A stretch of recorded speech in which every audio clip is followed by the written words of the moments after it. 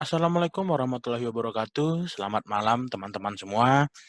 Salam sejahtera untuk kita semua. Semoga kita semua diberi kesehatan dan keselamatan oleh Tuhan Yang Maha Esa.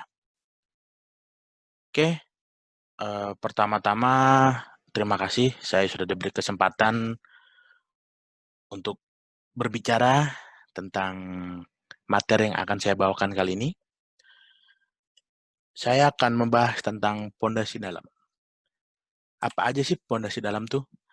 Pondasi dalam ada dua, ada pondasi tiang dan pondasi borpal. Apa aja sih yang ada dalam pondasi borpal dan tiang itu?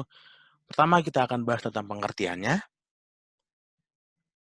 terus perbedaan tentang pondasi tiang dan borpal, di keduanya itu pasti ada perbedaan.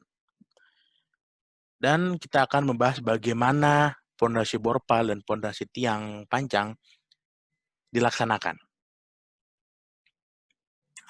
Pertama-tama, pengertiannya.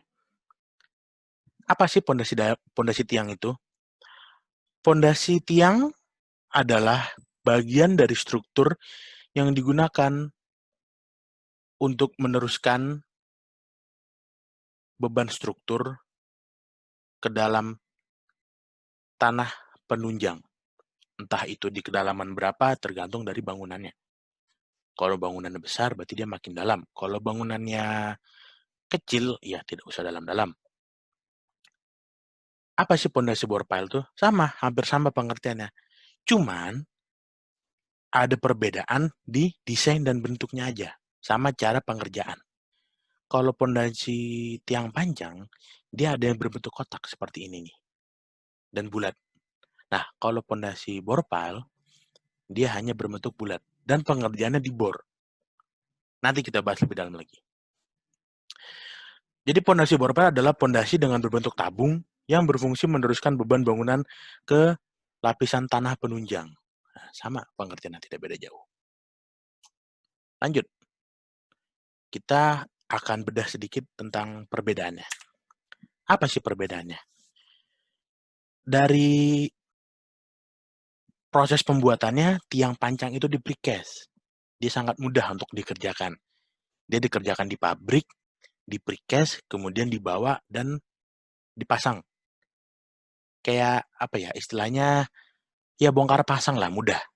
Nah, kalau pondasi borpile, dia dibuat secara in situ, langsung dibor di lokasi proyek. Tuh. Terus, kalau tiang panjang tuh, ya dianterin dia melewati lalu lintas. Dia menyebabkan macet. Kalau borpile, di sini sebenarnya bukan mudah dikerjakan. Dia tidak mengganggu yang lain, gitu loh. Tidak mengganggu jalan, tidak mengganggu yang di sekitarnya, karena proses pengerjaannya langsung. Terus pemasangan tiang panjang dengan cara dipukul. Ya, makanya dia precast karena pemasangannya dipukul. Gitu loh. Nah, terus kalau borpile, ya dibor tadi. Tiang panjang gampang retak karena dipukul. Terus borpile lebih mudah segresi. Karena dari kedalaman dia mengebor tanah, itu menyebabkan split atau adonan semen, batunya itu jatuh duluan. Jadi nggak rata di dalam. Dia menyebabkan segresi. Oke, kita akan membahas bagaimana tentang pengerjaan tiang panjang lebih dahulu. Pertama, pengiriman tiang panjang. Bisa dilihat di sini, tiang panjang yang diproduksi diangkut oleh mobil, diangkut oleh truk, entah itu kontainer, entah itu truk besar, tergantung dari ukuran. Kalau dia besar, misalnya panjang 30-50 meter, mau nggak mau kontainer.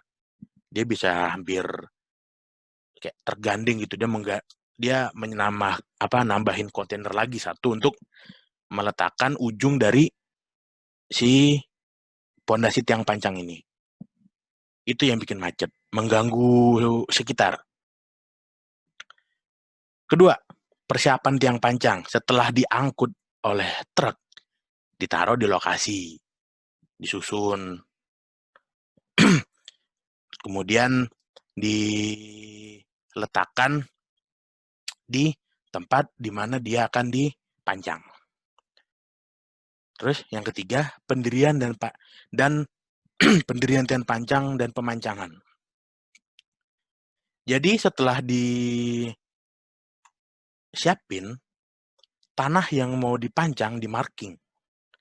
Setelah di-marking, tiang itu kemudian ditarik oleh kren, lihat, bisa dilihat ada kren, ditarik, diangkat.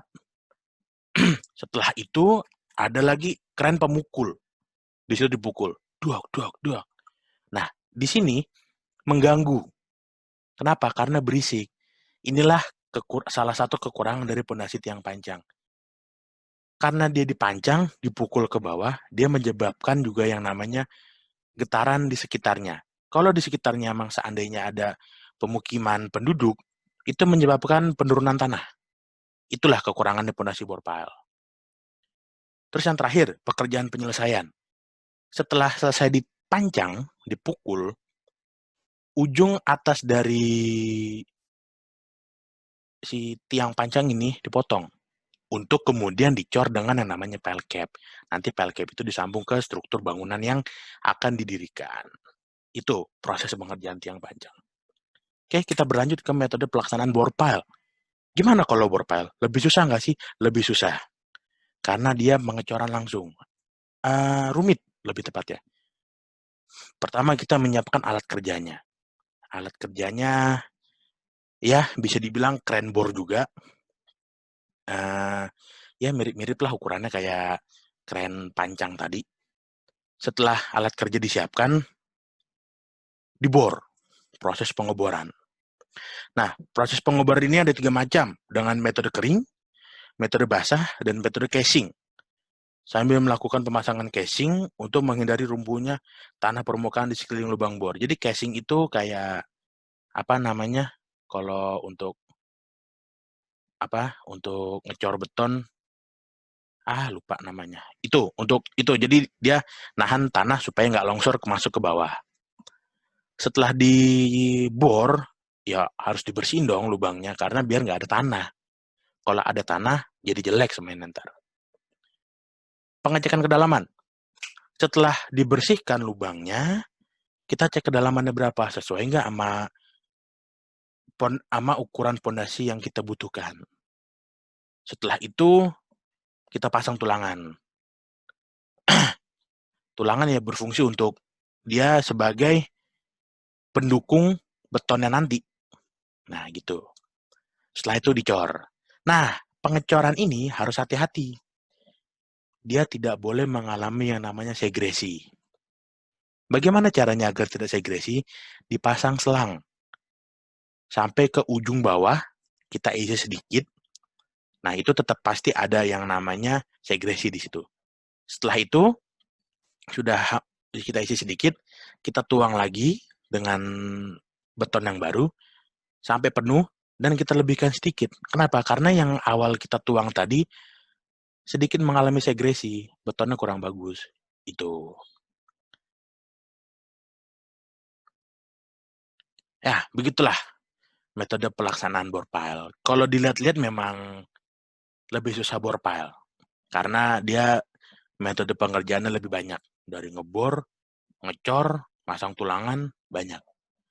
Nah, kalau dari segi efisien, jelas efisien si tiang panjang. Kenapa? Karena ya cuma tinggal dipukul-pukul doang, nggak usah ribet ngecor. Tapi tiang panjang ini lebih mengganggu ke lingkungan sekitar. Kenapa? Karena dia dipukul. Bisa menyebabkan penurunan tanah. Inilah yang menyebabkan masyarakat protes. Kalau seandainya emang misalnya tetangga kalian nih, bikin ruko nih, pakai pondasi tiang. Itu pasti rumah kalian getarannya terasa. Itulah perbedaan dan metode pelaksanaan tiang panjang dan bore pile. Oke, sekian dari saya. Terima kasih telah menyaksikan. Mohon maaf apabila ada kesalahan dan kekurangan. Saya hanya manusia biasa, pasti ada salah dan kurang. Terima kasih. Assalamualaikum warahmatullahi wabarakatuh.